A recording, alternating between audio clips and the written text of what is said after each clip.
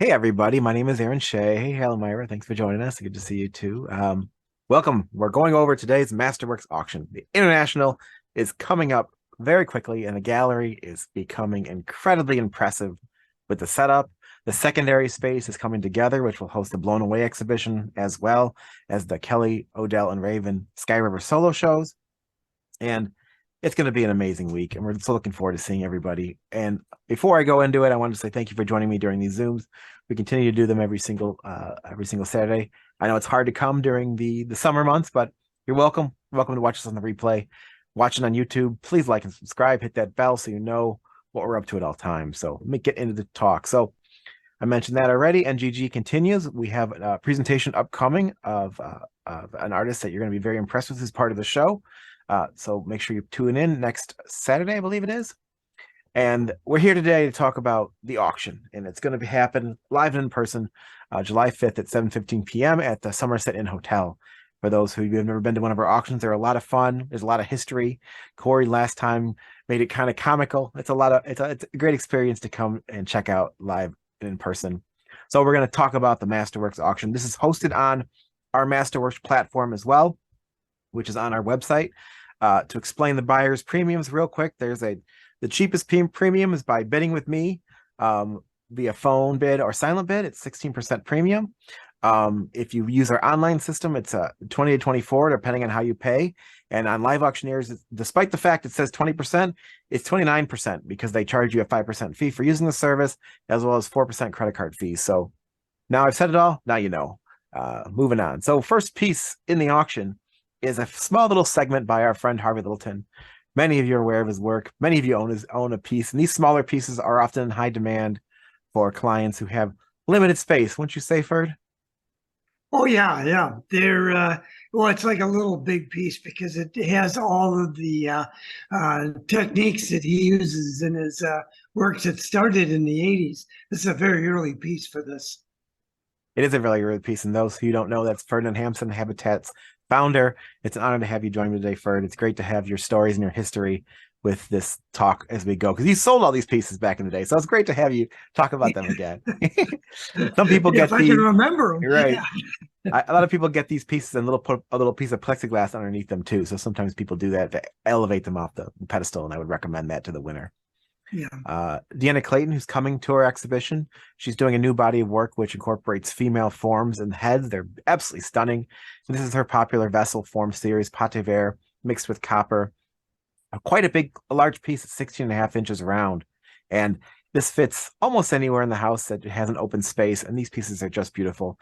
She'll be Yeah, teaching a glass class, right, Ferd? yes, she is. And the thing I like about her work is that you can't describe what age it's from. It's Hmm. got a real feeling of antiquity and erosion, and which just enhances the beauty of it. Yeah, I agree. And she'll be there at the International, a chance to meet her. Wendy Saxon Brown, another artist we've been showing. Not too many pieces of hers come on the secondary market using the pate verre process, usually feminine humanoid pieces exploring a space. I'm a big fan of her work. We represented her once in the gallery and have some of her primary work still, but I think these are some of the works that are very under the money and very fun and quite big at 16 inches tall. A very unique piece by our friend Eric Hilton. Usually he's known for his etching and his carving of glass, and this piece is very, very different. It's four panels of glass that form together to create this beautiful vision of sculpture, and a piece sits on top. Something totally different from a different era, maybe, of Eric Hilton's work, but it's something you got to see really in person to experience. Our friend Berto Valine, this map series. This is kind of a unique piece. I've never seen a quite piece with all these humanoid figures with their arms up in the lower right-hand side. His work is about achievement, about life, and about our path through life, and usually incorporates different visions. That might mean the different people you interact with or have fun with in your life. But as you explore the piece, it has some beautiful tones and colors. I'm a Yeah, big this is fan of a this one. really nice map. I love the textures on Mhm. it and the images. Yeah, really a beautiful Valine. Yeah, I could definitely live with this one. So someone's gonna get a treasure, if not me. Laura De Santillana, we've had great success with the artist's work. She passed away a few years ago, and we had a amber piece in our last auction.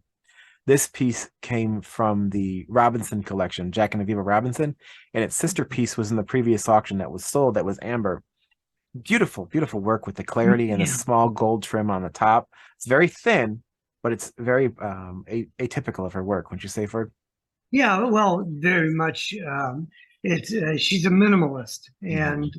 just beautiful work. And if you live with minimal work, somehow it grows on you. It becomes more and more interesting with time. I don't know what that's all about. I've never analyzed that, but I just wanted to mention about the Jack and Aviva Robinson collection. They lived in the Detroit area and they owned Perry Drugs, which they sold. And they had started collecting in 1978, 77, 78. Mhm. The thing that was great about them, that was so important about what they did, was that they had the wherewithal to be able to acquire expensive pieces. And by expensive, I mean like a Mark Pizer vessel piece from the Paperweight Vase series. It was $5,500. That was a ridiculous amount at that time. That it was like the most expensive piece ever. And so they came in and I actually even debated about showing it, but Mark Pizer kept on saying, "Well, if you don't like it, I'll just pack it back up." I said, "No, I like it, but." And they bought it, and then just a few months later, they bought the cover piece from the Renwick exhibition of Dale Chihuly, which again was $5,500. And again, these were like just a transition glass Mm.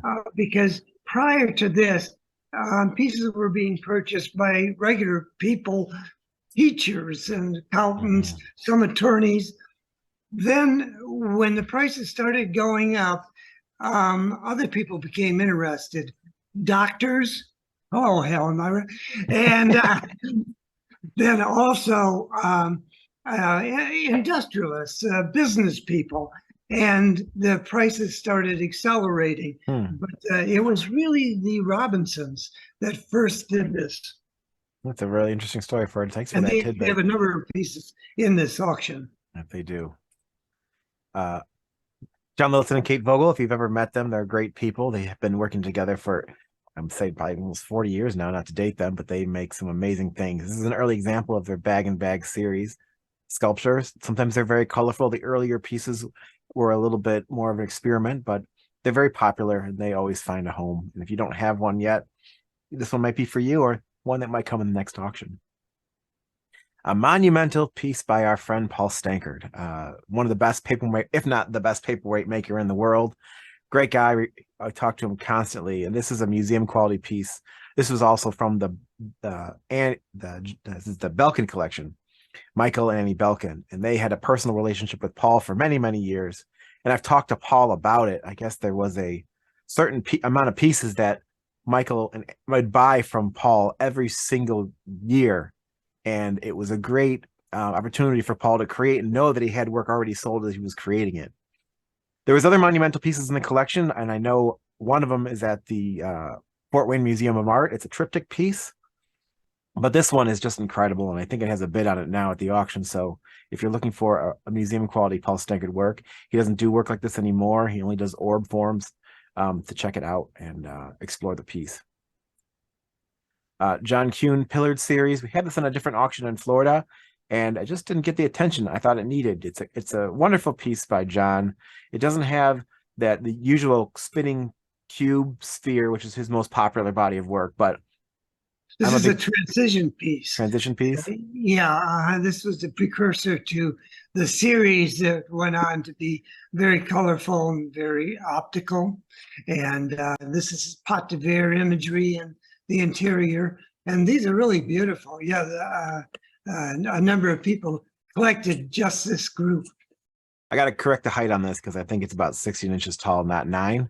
Yeah. So stay tuned for the correct number on that one real soon on the website. These Dale Chihuly editions are incredible at auction. There's always a market for Dale Chihuly's work. I was talking to somebody yesterday about other auction houses, and they do really well with brand name well-known artists like Lino, and they do really well with Chihuly. But when it comes to unique individual artists, the prices don't really get there in the larger auction houses because they don't have the focus and energy to explain or talk about the work. But Dale Chihuly's work, it really does well at auction. It's always a market, especially for the editions. It's always fun to see where the prices end up. They're always modestly priced and great things to collect for people who love the edition work. This is the first one that he did as an edition. And I happened to work with him on it.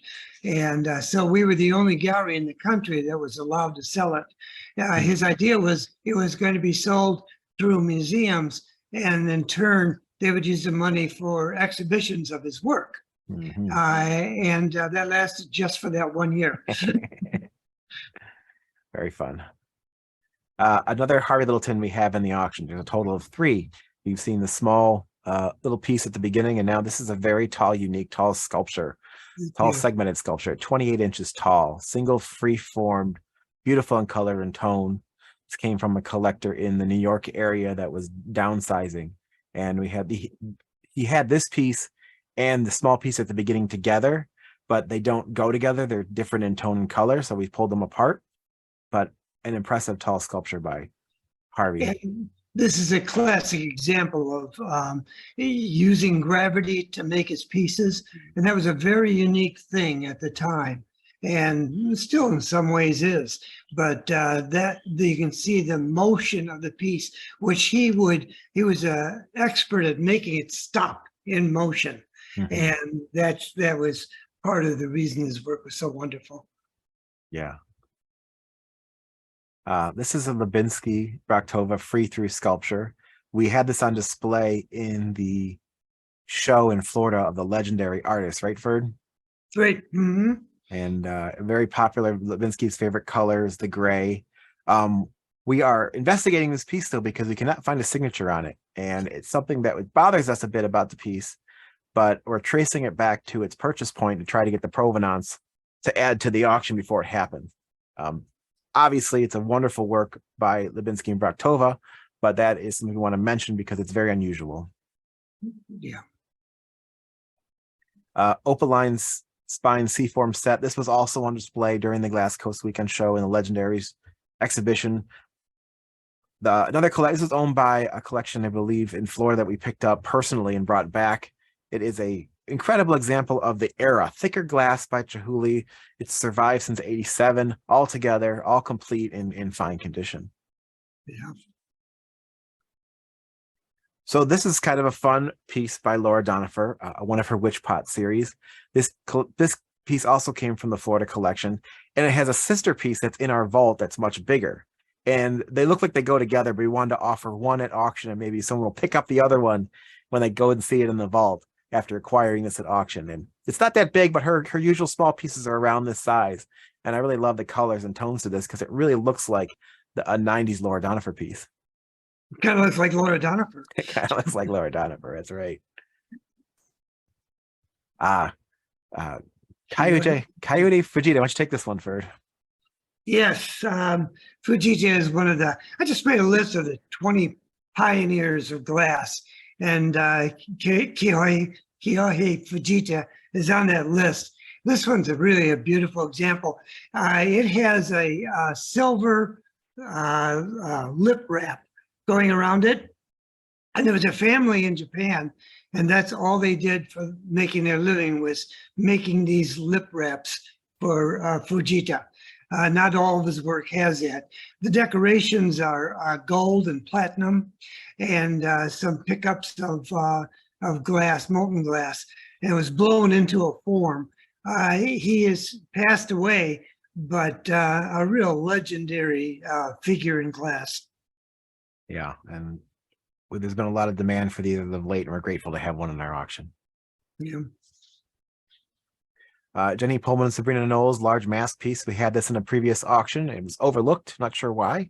So we have adjusted the price a bit and put it back up, and it is an incredible 2-part piece by the Seattle-based artist. it's heavily inspired by their world travels, and it comes with a unique spear and a unique head. And I love this giant crown flowing off this piece. And the crown actually ships separately and attaches separately to the head, which I find very efficient.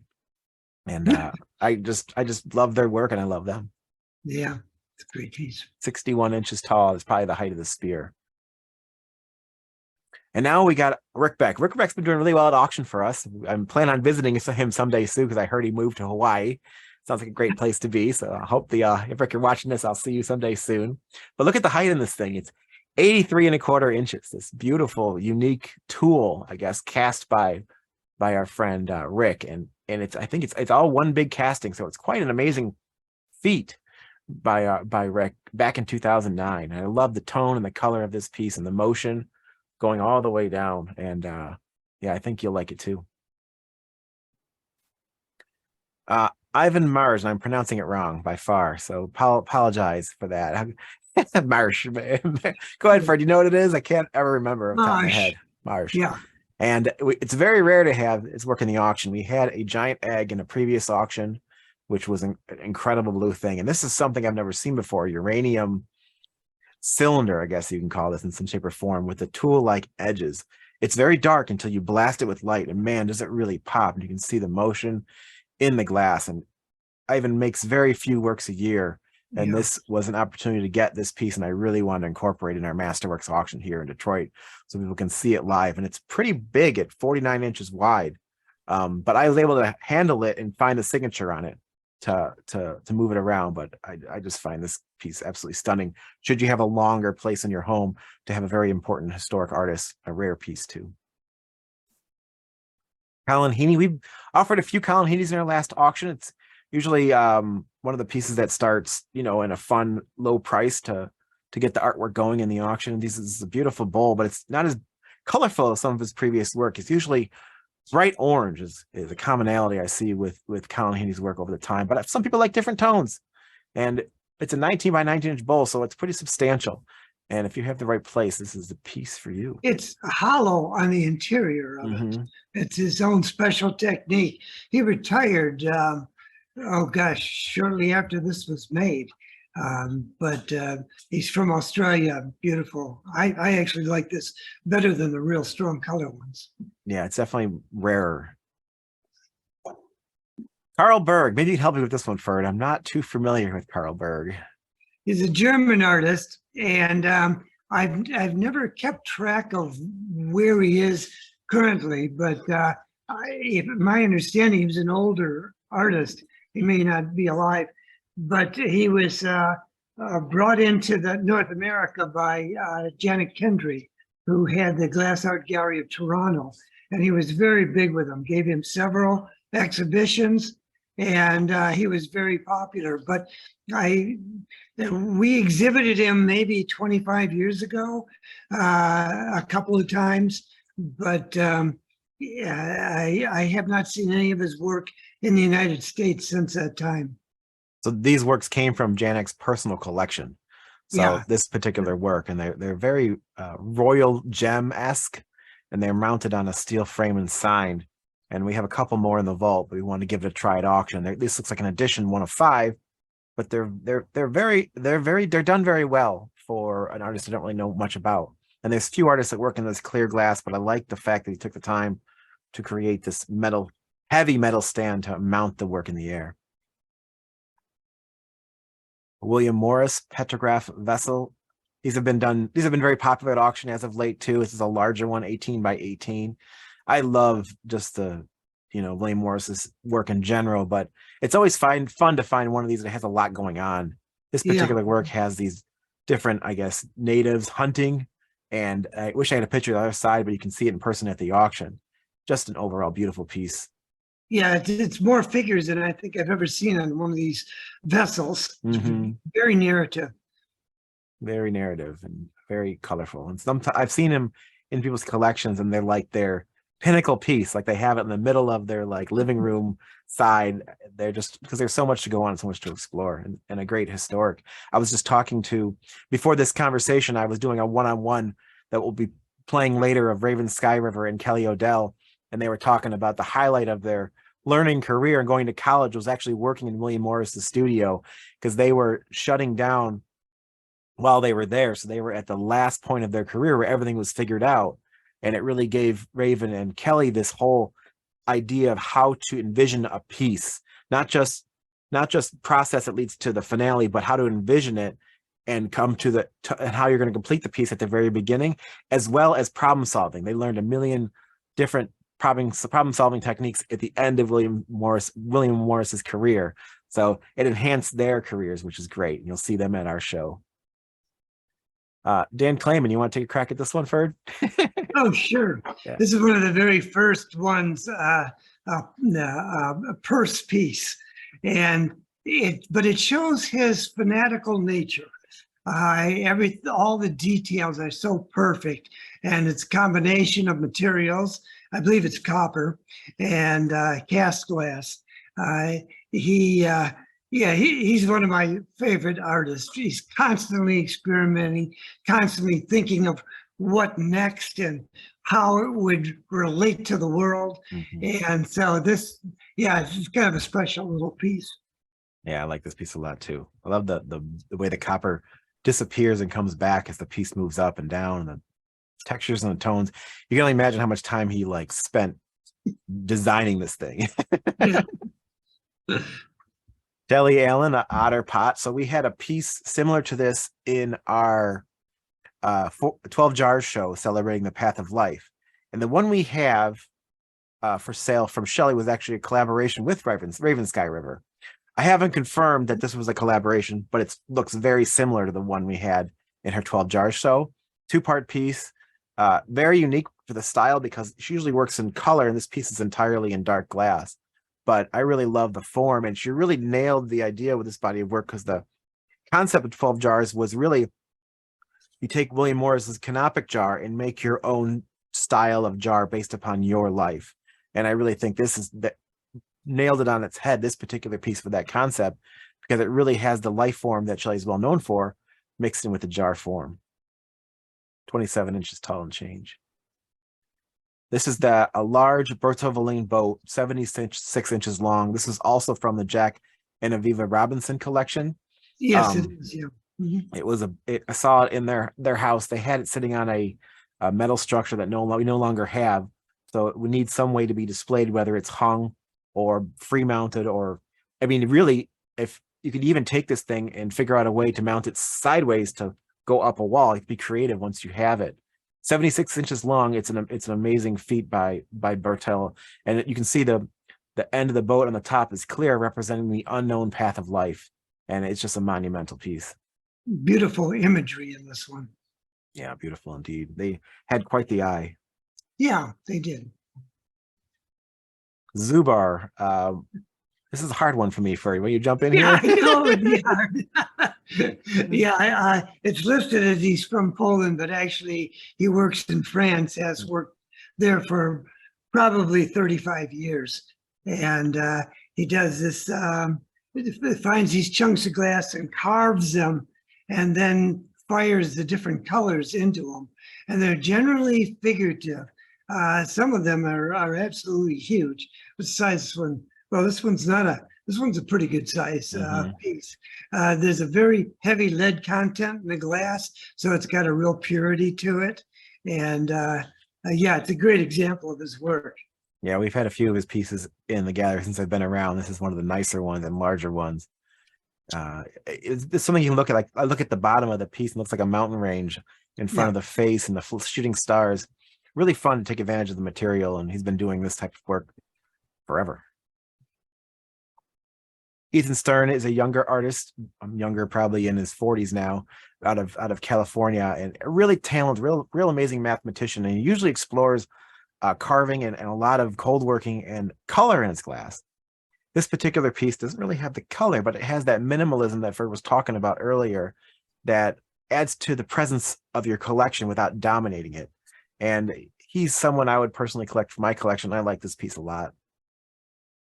Is that two different materials? No, it's all glass. It is all glass. All glass, just cold work. Yep. Good question, though. Steve Tobin. This is another difficult one for me. Corey has been working with Steve and Anthea at the gallery.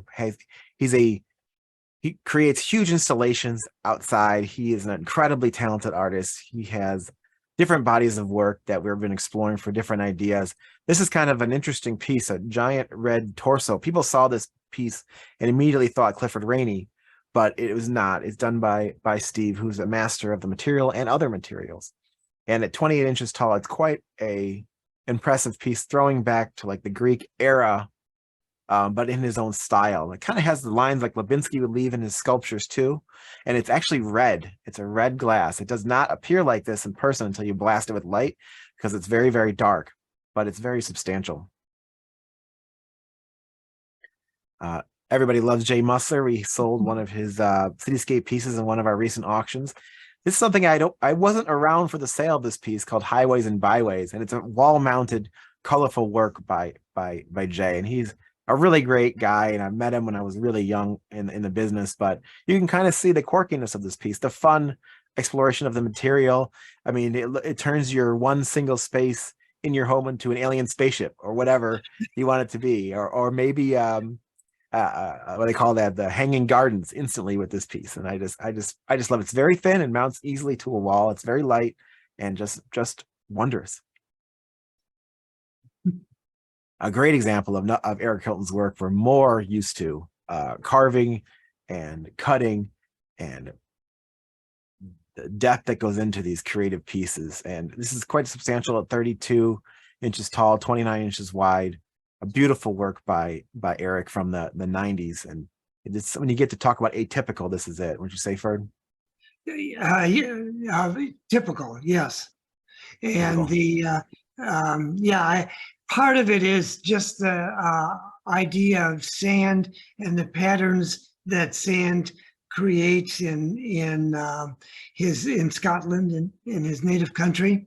And I could see this from slide presentations that a lot of this was developed with that in mind. And that is a metal base there, and it's just so beautifully done. Classic Eric Hilton. Yeah, very special piece. Yeah, it's beautiful. The base, it slides out of the base for installation and shipping, which makes life much easier. I love that idea. A lot of his work does that. This is the Judith Schechter. She's become quite popular lately. This is a vertical piece. It's 43 inches tall. It's been a while since we've had this piece out, but we figured it was time because one of her pieces is now in the Renwick. So why not bring it out and put it on display? So if you're looking for a Judith Schechter, and a unique one, and definitely that has some interesting colors and tones, and definitely a sad child. But the idea of it is, her work is usually not about the happiest topics, but it has it's just a beautiful presence itself and needs the right home to go to. So I'm going to take a quick break here and show you our website where the auction button is. If you're on our website and you click this view auctions button, it takes you to our MasterWorks site where you can click here to view the lots that are in our auction. And this is, once you're logged in, you can see where the bidding is at. And it's very easy to create an account and bid. And if you have any questions, call me anytime. They're all there. And there's some reason Ferd mentioned that the last piece of the auction is on its own page. If you click over, you'll see the last piece. So I want to bring that to your attention and move back to the auction. Tom Patty, this is also from the Janet Cowdery collection from Canada. These pieces were insanely expensive when they were new. I've seen a lot of them in my career, and this work is one of the nicer ones. He's mostly known for the layered vessel forms that are more square or cubic, but obviously blown works were done. If you look really closely, you can see detailed work all over this piece, and it's just a wonderful example of Tom Petty's work, and probably another one that will be under the money. A smaller work by our friend Peter Hora. Peter, we've been working with for well over 35 years, if not longer, who is incredibly talented and has been creating cast and polished forms for so long. I have a wonderful piece of his in my collection. I believe Ferd has a Habatat logo and probably more pieces in his collection. It is an artist everybody should have, and I believe this one has bids at the auction because of its miniature scale. It's easy to find a place for. Such a unique work and a beautiful color. Jan Fischer, this is a freestanding abstract sculpture by the Czech artist. Did you guys visit this artist at all when you went to Europe, Ferd? No? Oh yeah, yeah. I David? visited him probably 4 or 5 times. David Riki is a UK artist. He came to our show a couple years ago. He has these very fun, lighthearted, comical pieces. I really enjoy his work. This work is very, very beautiful with the blue polka dots on the white outfit. His daughter is also an artist, Morag Riki, who is part of our NGG show, who makes very interesting and powerful works about raising children, with the difficulty of raising children in today's world. But this is a fun piece by David, and I love him. This is a nice one, yeah. David Hutchhausen. This work, there's a couple sold at auction. People don't really understand this body of work that David created, and I had a chance to talk to him about it. They're freestanding sculptures, and there's looks like there's chips all over the pieces as part of his process. He even does that on his pieces now in certain bodies of work because it adds to the refraction of the glass and the experience. But this piece is actually not shot correctly. The light is supposed to flow through the top of the piece below. And for some reason, due to the chemistry of the glass, the actual refraction and, for lack of a better term, reflection on the ground changes from what the actual glass is on top to what it hits below. So if it's like this piece where it's like pink and green on top, the shadow will be yellow and red. It will be completely different, or yellow and blue, completely different when from the light hitting through the top. I find these pieces to be some of the most interesting from this era, and someday I'll have one for my collection. This is from the Robinson collection. And I remember when they acquired the piece, and it was at an opening, and I introduced them to David Hutchhausen, and he said, "Well, you know, this is a wonderful piece. I'm not going to be able to light it like that." And David said, "Then don't buy it." And he ended up lighting it just like David wanted. Just to mention, this glass, the thick black glass, is from like 1924, and other glass is generally vitrolite, which was glass that was made in the 20s all the way up to the 50s. So it's really found glass. Yeah, and yeah, he's been using it for years, but I think he stockpiled it. I don't know if he has any more left. I would sincerely doubt it.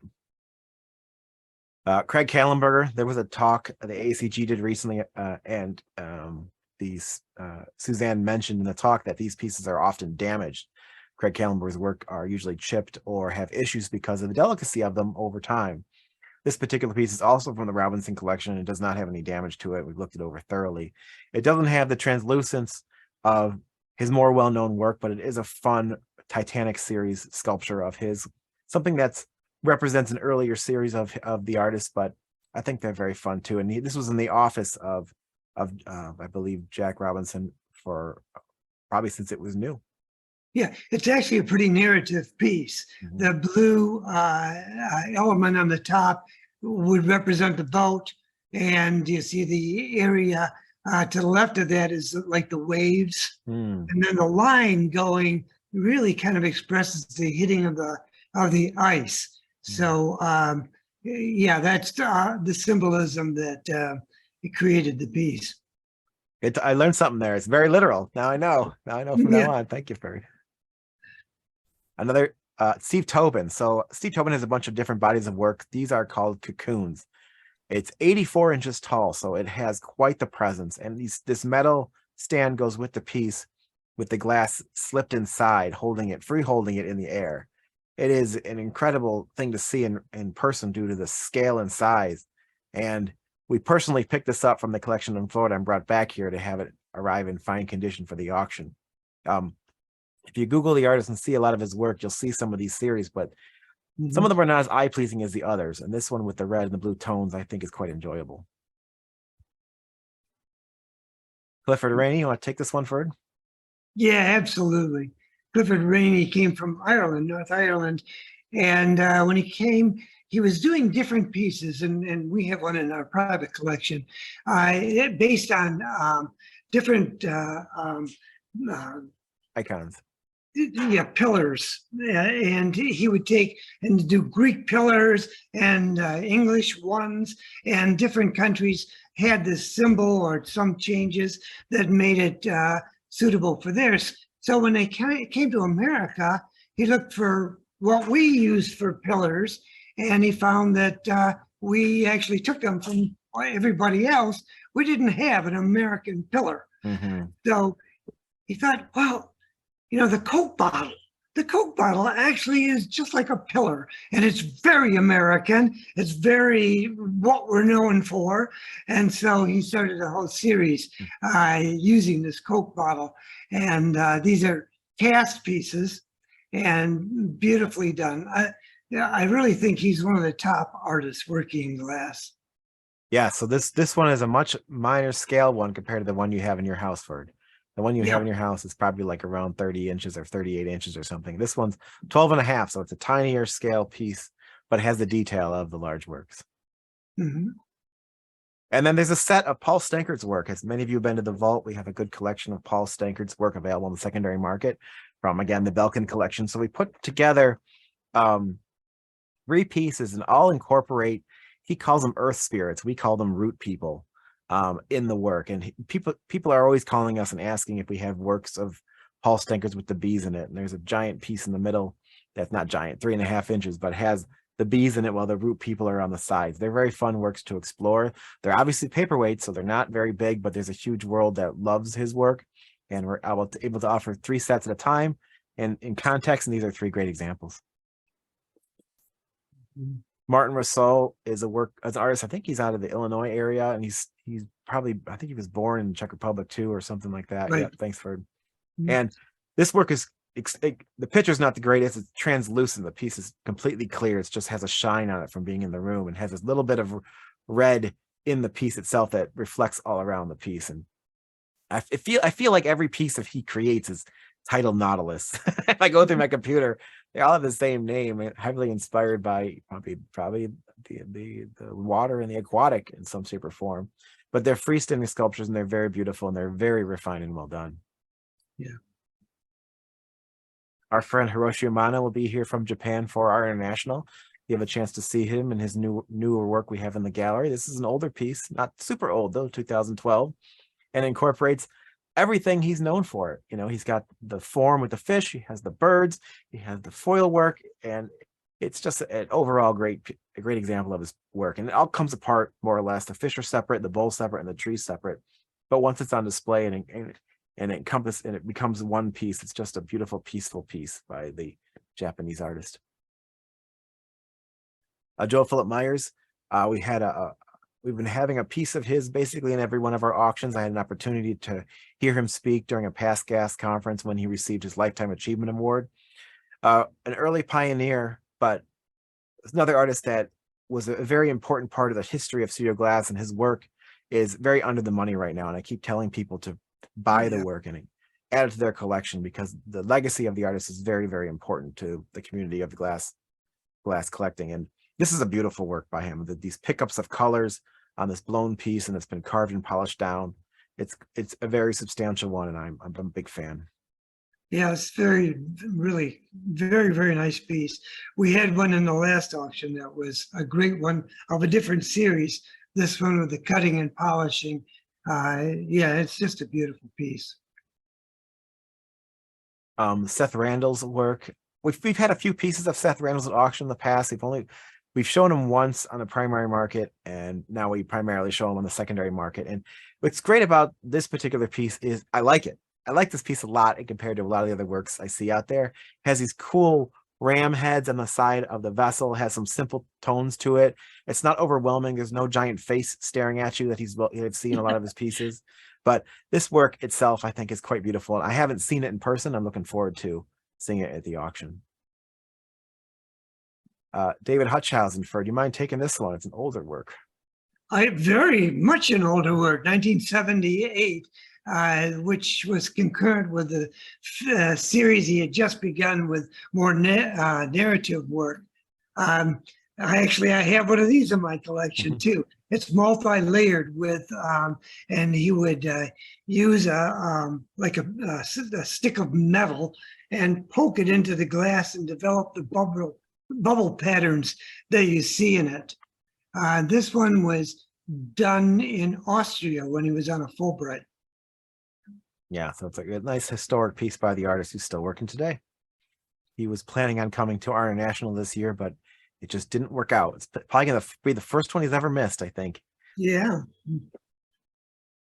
I love this piece. So this piece is a piece I wanted to just buy for myself for my old collection, but I figured it was great to share with the world. I love Zora Polova and Stefan Pala's sculptures, and they're going to be here for our international, all the way from the Czech Republic or Slovakia, where they're at, right? But it's minuscule. It's only 13 inches wide, but it has this beautiful tone to it. And this was part of the Jack and Aviva Robinson collection as well. I did get a chance to enjoy it because there was a long period of time where we couldn't sell the Jack and Aviva Robinson collection, so we were storing it. And so I got to enjoy this piece every day in the vault until we started to offer the collection, and now it will find a home. So if you're looking for a work of theirs that isn't giant, because they have some impressive giant works in the international, which you'll experience. John Lewis table. You want to take this one, Ferd? Well, in the late 80s, early 90s, John Lewis from California, who did the moon bottles, first claim to fame, I started doing cast glass in a huge furnace, and he would put these elements together and make furniture. And this is an example of it. Actually, a really beautiful example. I don't know where this came from. I've never seen it before. But yeah, all of these elements are cast and then laminated together. It's 31 inches high, so about like a dining room table height. Yeah, it came from the same collection we picked up in Florida, and it's all one piece now, and it's a very nice one. We've done well with these at auction. People have gotten them at great prices. And if you're looking for a particular table in your home, especially to put something on you bought at during the international, this table would be it. This is a great piece. Zoltán Bohas, Gate of Night. I love Zoltán Bohas. I'm a big fan of his late wife too. They both passed away, Maria Lugosi. They were very incredible people I got to experience when I first started at the galleries. They created and sent in their sculptures, and we used to require more writing from the artists about their lives or work earlier on in my career, and Maria Lugosi would really write some incredible things. But two-part piece, usually they're laminated and cut and polished, and it's a really nice example. He's done other pieces where there are flows and movements, but I really enjoy this particular sculpture by Zoltán. You want to watch it? Oops, I'm gonna mute somebody. Don't worry. Go ahead, Ferd. The Zoltán Bohas was probably the most influential person working in glass in Hungary. And a lot of interesting work is coming out of Hungary, and a lot of it is interpretations of the techniques that he taught. And his wife, Maria Lugosi, was very famous. She was also known as a fine art sculptor. And actually, when the communism left Hungary, they wanted to do a monument that would be sort of discussing that era. And they had all the different artists that wanted to participate in Hungary submit drawings or maquettes, and she won it. And so there's a very large installation of her work in Hungary. Thank you, Ferd. I appreciate that. And all these works will be on display during the preview hours before the auction too. If you want to see more pictures or videos, we've taken some already in the gallery and I have on my computer, but we're always happy to make more. This is a new artist for us to offer. I guess the name is Yoichi Ohira, and I did some research about, I believe it's a him, and he was in the fashion designer for many, many years and discovered glass, and it changed his life. And the works are quite in demand, and they were created with inspiration from the fashion industry and also his lifetime. And we expect there is some attention to this particular piece of this auction that we wouldn't normally have, because we don't really offer this work in the past. But this actual piece came from the Davidson collection, who used to own the Pistons here in the Detroit area. And so we actually brought the piece in, did some research on it, and put it up on the auction. And we'll see how it goes. Barry Friedman was his representative in the United States. Mm-hmm. And yeah, he had some exhibitions, and there's a book on him. He's actually very famous. Very prolific. Thank you, Fred. And that rounds it out to our last interlocking Blue Cross form. And there was one of these in the last auction of Rago had a red piece that had some issues, condition problems from wear over time. This work has been looked over by John Littleton himself and is in immaculate shape. It is absolutely a stunning piece by the artist, and we're honored to have this piece in our auction. It came from the same collection. We picked it up in Florida ourselves, and there's different ways to set it up too. I've seen some other different styles of setting this work up, but it's definitely a museum quality piece by Harvey, and I expect it to find a really great home. Would you say the same, Ferg? Yes, it's true. So you'll have a chance to see all these pieces live at our international in Royal Oak, Michigan, at the Somerset Inn Hotel. And I expect to see all of you there. Bells on, bells and whistles. It should be a lot of fun. The whole weekend is going to be incredibly fun. It first starts off with the glass gala, and I'll show you. Those who are VIPs are invited to come. We made these beautiful glass gala mugs to give out to all the artists and everybody who attends, and my hand's in the way so you can kind of see the mug, my green screen. But they're going to be given away for people to enjoy and have some fun with the artists that are in town for the first day of our event. And it goes all the way to Wednesday when we go down to Henry Ford. I'm sure you're sick of hearing me talk about the International by now.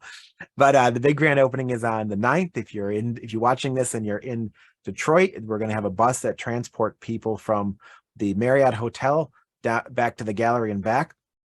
And I'm also doing something very unique. I created a website called gasdetroit.com. And what it is, I'm trying to put everything's going in one place for everybody to find out what's going on for the whole week. Has our events, has different events at the institutions, has the gas event.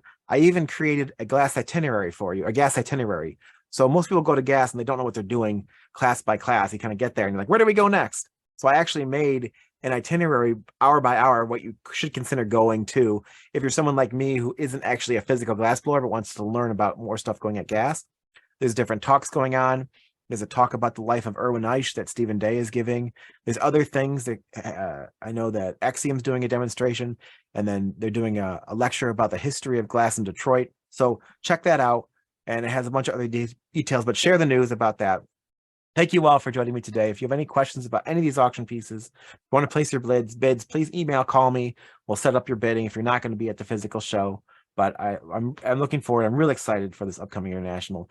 It's great to have the 51st Bring Gas to Town, AACG coming to town, Michigan Glass Project coming to town. The Flint Museum is going to be doing something. I just learned the other day that the Wyandotte Art Center is going to be having demonstrations by Rob Stern and Julia and Robin Rogers. So I'm trying to find more and more stuff to put on that site for people to get an idea of where to be and what to do.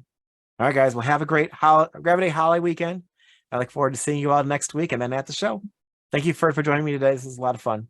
And this will be on the replay for people who miss it. Contact me anytime. Be well, guys. Take care. Bye-bye. Thanks, Bob. Thanks, So, guys.